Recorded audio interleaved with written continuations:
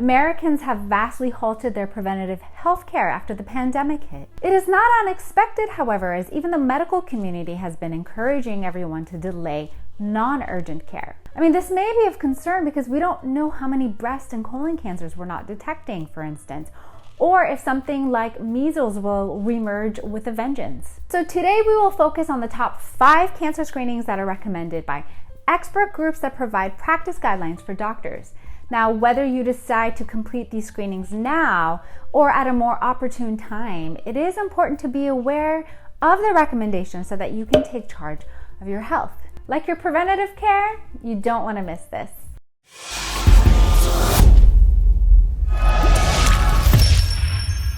If it's your first time here, I'm Dr. Majd. Consider subscribing to this channel for up-to-date medical topics and headlines. Note that one of the main objectives of annual physical exams is to really catch up with this routine health maintenance. So if you're delaying your physicals, you may not be aware of what screening tests you may be due for. Also note that these are merely guidelines which may be modified depending on the risk factors of a person. So it's always best to seek your doctor's input. Number 1, prostate cancer. Now, prostate cancer is the most common cancer in men, aside from skin cancer. Advanced age is the strongest risk factor, with 80% of those with prostate cancer being over the age of 65.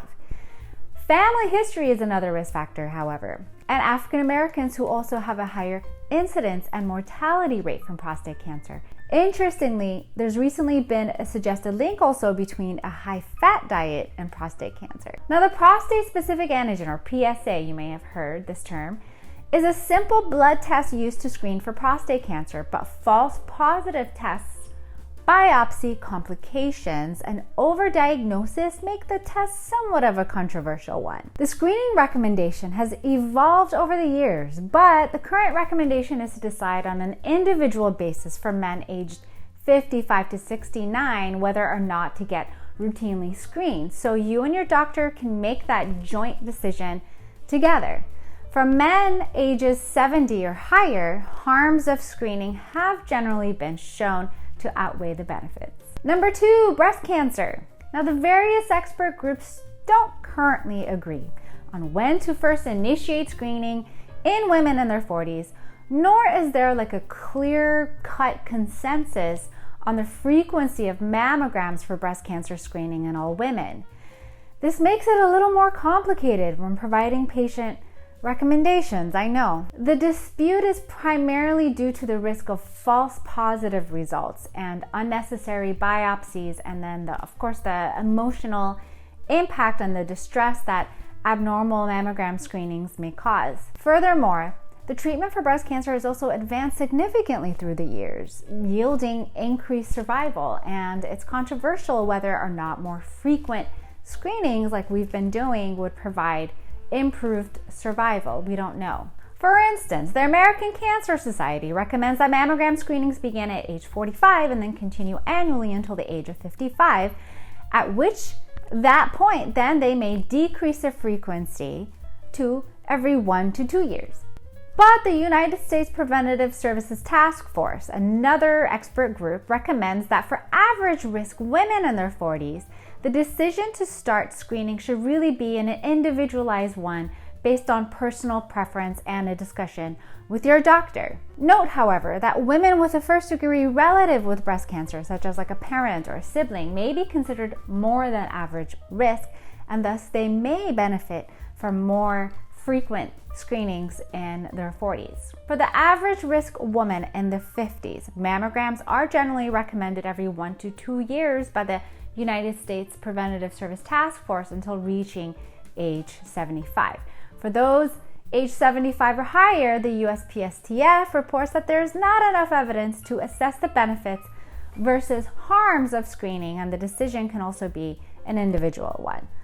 But the ACS recommends to individualize the decision based on the patient's current health and life expectancy. So, to summarize, until there's a consensus reached by various expert groups, seeking your doctor's input and combining it with your own personal preferences can help guide you on when to initiate screenings in the 40s and whether to complete the screenings every 1 year or every 2 years thereafter. Number 3, cervical cancer. For the average healthy female, a pap smear to screen for cancer of the cervix is recommended every 3 years, beginning at age 21 until age 29.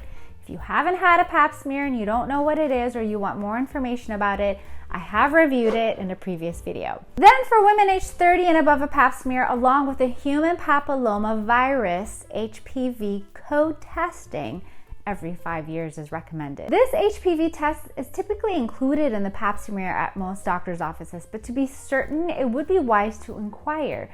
Otherwise, without the co-test, pap smears would still be recommended every 3 years instead of 5 in this age 30 and higher group. Now, cervical cancer screening can cease for most low-risk women at age 65 who have had adequate prior cervical cancer screening throughout their life. Number 4, colorectal cancer. An update to this recommendation is also in progress, but new data shows that more adults are being diagnosed earlier with colon cancer in their 40s, and that we may actually benefit from earlier colorectal cancer screening. The proposed new age for initiation of screening is 45. But until this change is finalized, most doctors are currently still recommending colonoscopies beginning at age 50 for most people until reaching the age of 75 for the average risk adult. For those aged 76 to 85, the decision to screen is deemed an individual one after considering your overall health and previous screening history. Those who are healthy enough to be able to sustain colon cancer treatment if detected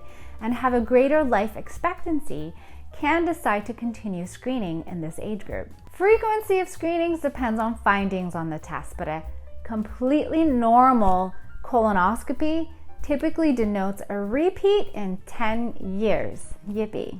And number 5, lung cancer. Lung cancer is the leading cause of death from cancer in American men. Besides cigarette smoking, other risk factors include secondhand smoke, family history of lung cancer, chronic obstructive pulmonary disease or COPD, which an example of is like emphysema, radon exposure, asbestosis, and idiopathic pulmonary fibrosis. There is an updated recommendation in progress for lung cancer screening currently, so the recommendations may also soon change, but the current recommendation is an annual low-dose chest CAT scan for smokers that are between the ages of 55 and 80 with the 30-pack year history, which is measured by multiplying the number of packs smoked per day by the number of years the person has smoked, FYI, who still smoke or who have quit within the last 15 years only. Screening can cease once the patients have stopped smoking for 15 years,